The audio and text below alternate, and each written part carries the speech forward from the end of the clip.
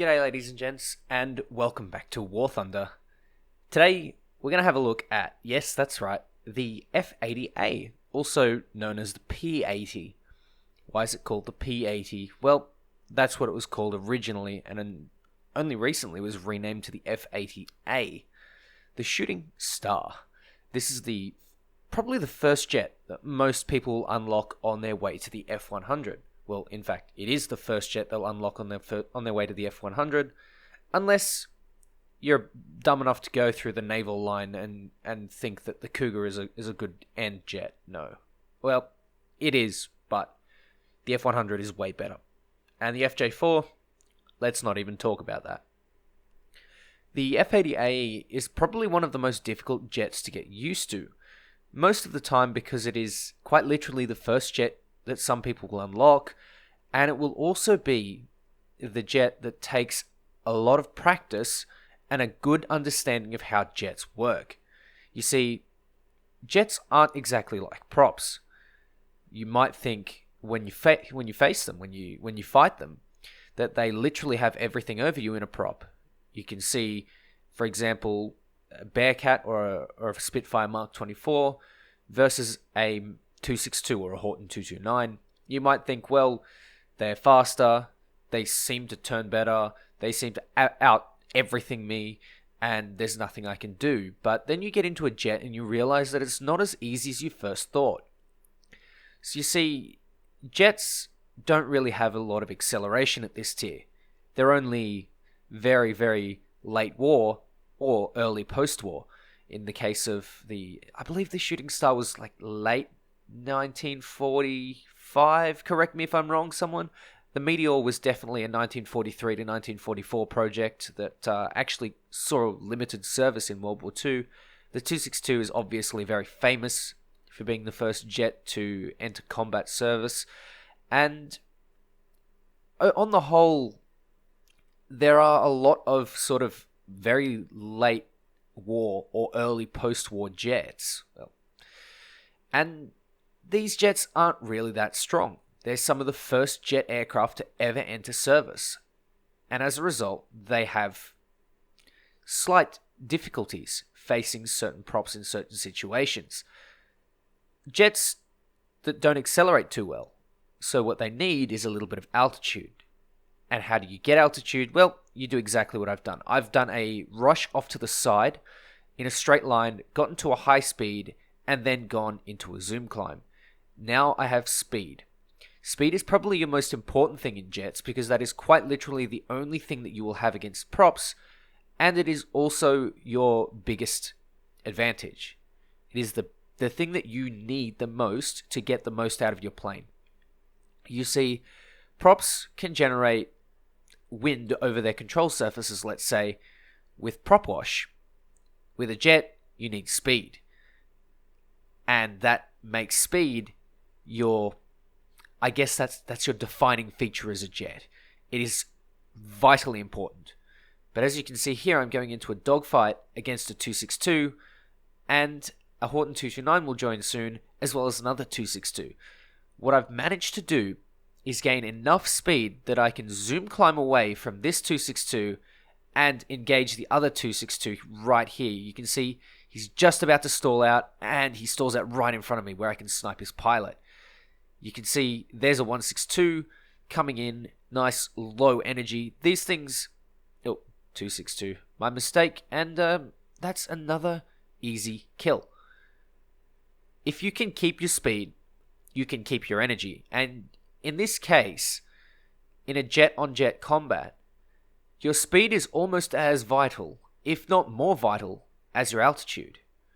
Sure, you can do some good things with altitude in these jets. You can dive on your opponents. You can pick up some speed that you otherwise might not have had. And the same goes roughly for supersonics.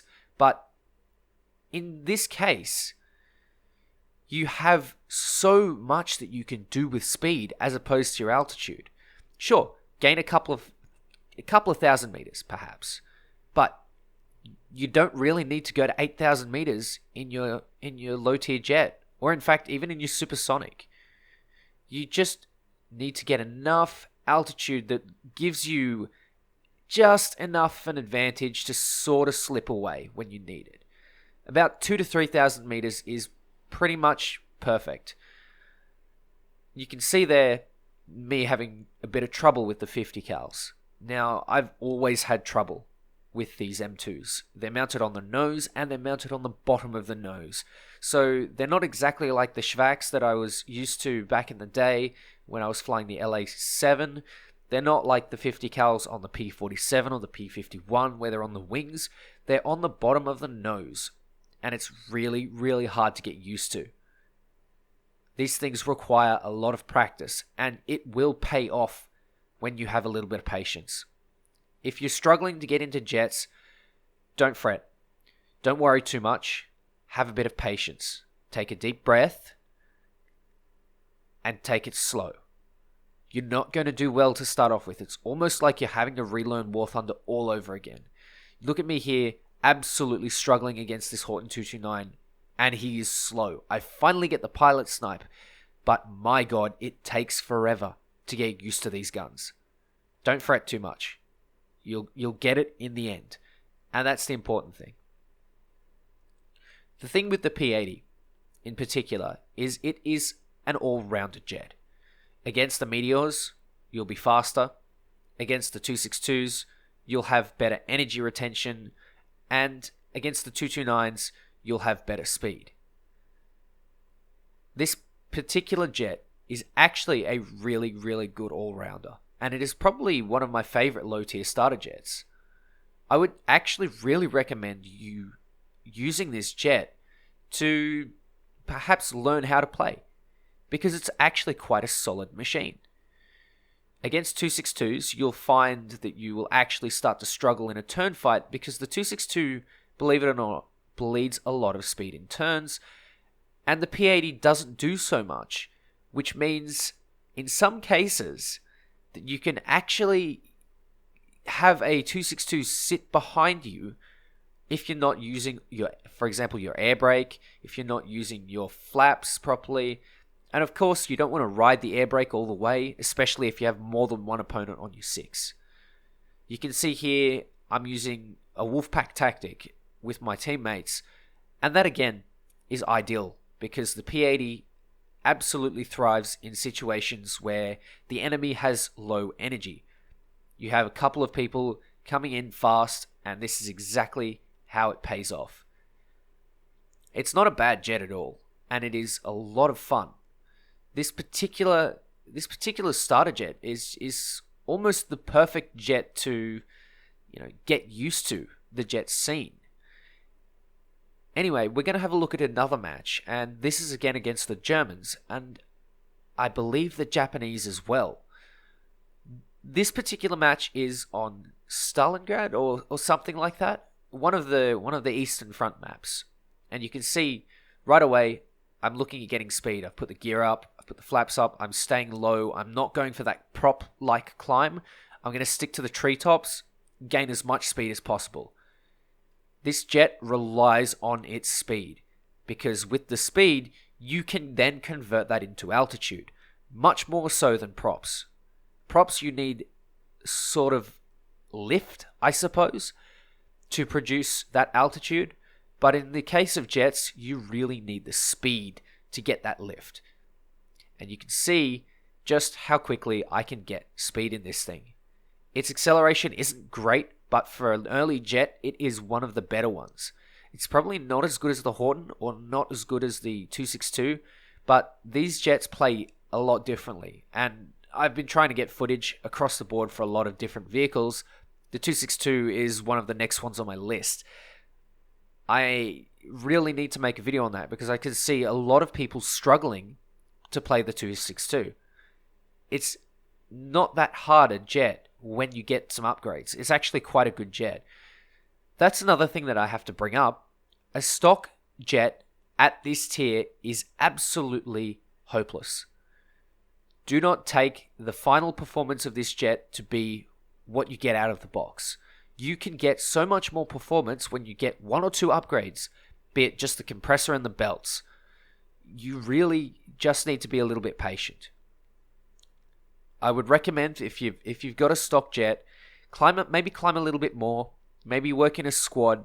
If it takes 30 or 40 games to get 2 upgrades, 3 upgrades, like it happened to me when I didn't have premium, that's how it goes. You have to take the time to learn these jets, and it is a long, painstaking process. But when you get the hang of it, the reward is so great that I've recently come back to the P80 and spaded it with no problems at all. I had an absolute blast. It's so much fun. But you need to learn the ropes, and you need to learn the basics. That being speed, energy, do not turn with props. That is a big one as well. Unless you're Horton, because that sort of throws the jet, I guess the jet message or the playstyle of jets completely out the window. Germany. Germany wird der Wunderwaffe.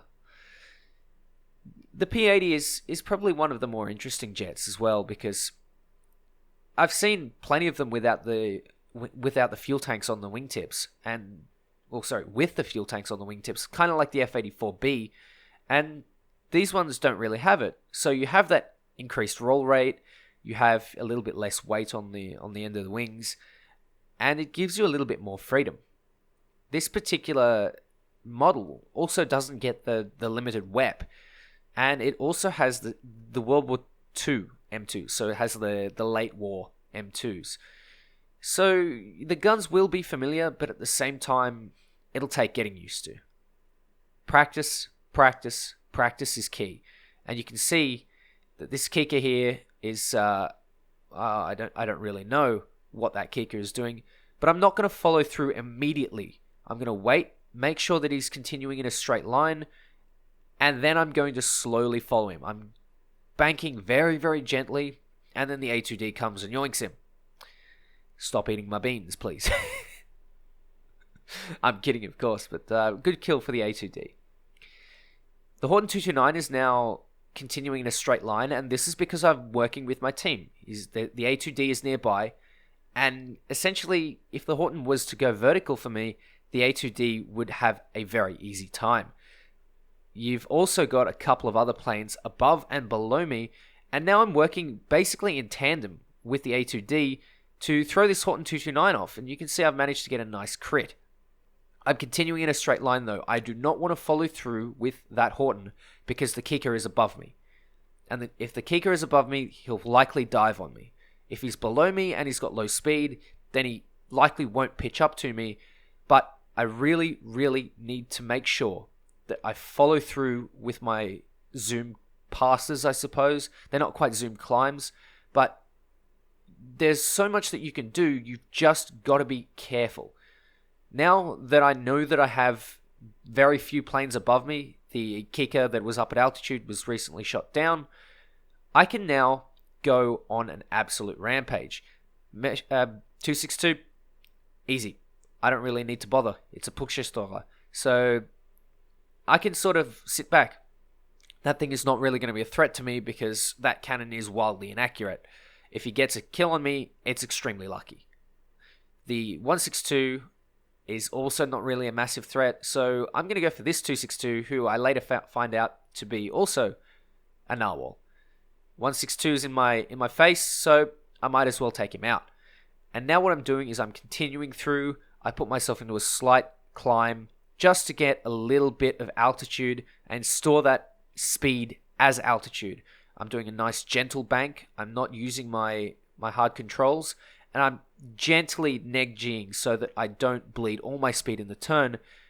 The narwhal is coming back. I decide, you know what, I'm going to stick a little bit of a head-on onto you, get some hits, and then go straight into the vertical. I'm looking around me to double check that there's no one who's going to follow through onto me while I'm a little bit slow. A slow jet is a dead jet, and you can see here with this narwhal, he has bled all of his energy, and now he's going to crash into a house, and maybe someone else got a crit on him earlier. That's fine. I'll take it. Man, I need my beans, though. I need my beans. Anyway, now we're starting to get into a fight over the enemy airfield, and for this map, it's not that big a deal. The AA isn't too strong, and for some reason, it doesn't shoot many of us down. I don't think it shoots any of us down, actually. But my memory might have failed me. The 262 is heading not quite towards me, but he's so slow because he's been turn fighting.